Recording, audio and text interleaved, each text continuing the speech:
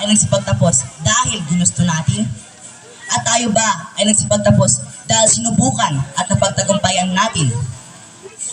To our project-oriented Schools Division Superintendent, Sir Raimundo M. Cantonhos, CESO 6, together with the supportive and dynamic Assistant Schools Division Superintendent for Elementary and Secondary, to our confirming officer, Ma'am Jeanlyn Salvacion B. Burgos, School Head of Gagmasuso Elementary School, the Clashing and Supportive Public School District Supervisor, Dr. Emil D. Gutierrez, to our supportive, project-oriented school head, Sir Augusto Badillos, Barangay Council, headed by Barangay Captain Margarito Mansayon, parents, teachers, visitors, my dear fellow graduates, good afternoon to all of us.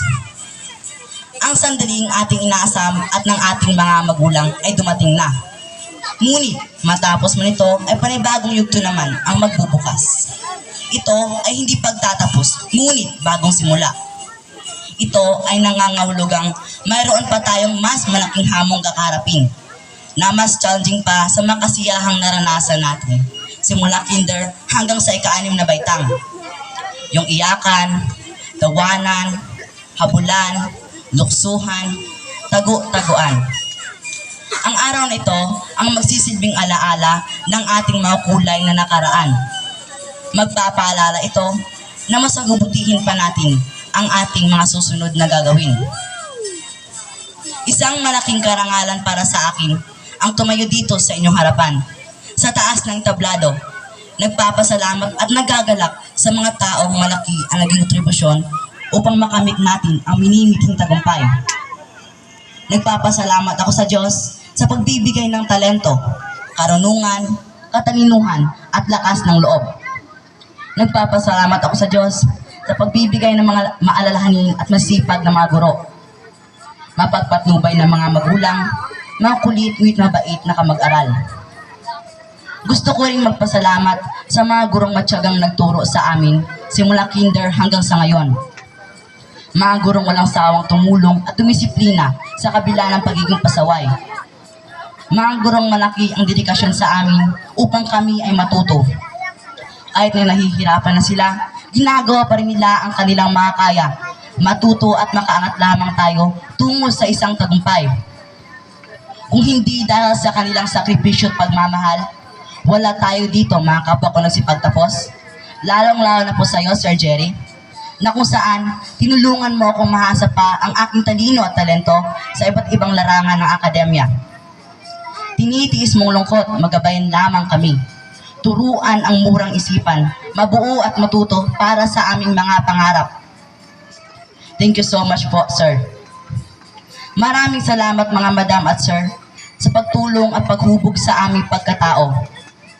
Maraming salamat sa pagiging pangalawang magulang sa amin sa mahigit 7 taon. At higit sa lahat, maraming salamat sa hindi pagsuko sa amin.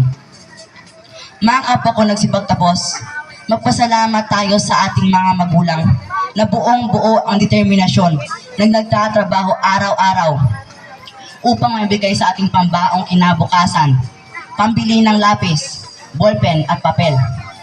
Sila yung nag-iisip kung may kakarampot na pera nga titira araw-araw ay sinasantabi para mabigay sa ating kinabukasan. O di kaya'y nangungutang ang ating mga magulang para tayo may pambaon. Sila yung nagtatrabaho tuwing umaga at gising sa gabi upang matulungan tayo sa ating mga assignments at project. Sila yung nangangarap, nag-asam, at nagdarasal para sa ating kapakanan. Maraming salamat sa aming mga magulang sa walang sawang pag-aruga at pagmamahal sa amin. Salamat sa pagdisiplina sa amin gamit ang pagmamahal.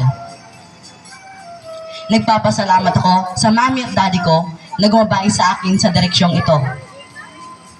Salamat mami at daddy sa pagsuporta sa akin, hindi lamang sa tulong pinansyal, kundi sa paggabay sa akin sa emosyonal na espiritual na aspeto. Alam kong proud ka po sa akin. Mga kapwa ko nagsipagtapos, bigyan natin ng masigabong palakpakan ng ating mga magulang dahil sa wakas, nagbunga na rin ang kanilang pagtsatsaga at pagsusumikap.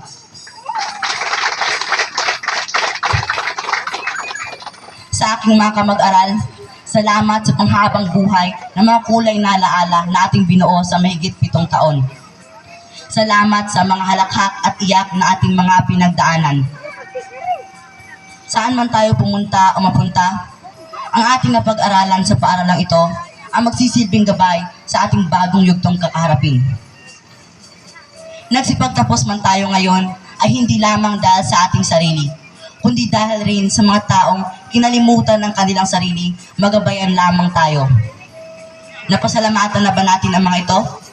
Maaring hindi sapat ang salitang salamat, ngunit may isang paraan upang masuklian natin sila. Ito ay ang pagsasabuhay ng mga aral na itinuro at itatak nila sa ating pagkatao. Natutuwa ako sa aking sarili dahil narating ko ang tagumpay na ito. Alam kong pareho ang ating nararamdaman, mga kapwa ko nagsipagtapos, dahil ang tagumpay na ito ay tagumpay nating lahat. Ngunit, bago ko tapusin ang aking talumpati, may bibigay muna akong mapanghikayat na salita ni Anatole France. To accomplish great things, we must not only act, but also dream. Not only plan, but also believe. Maraming salamat po.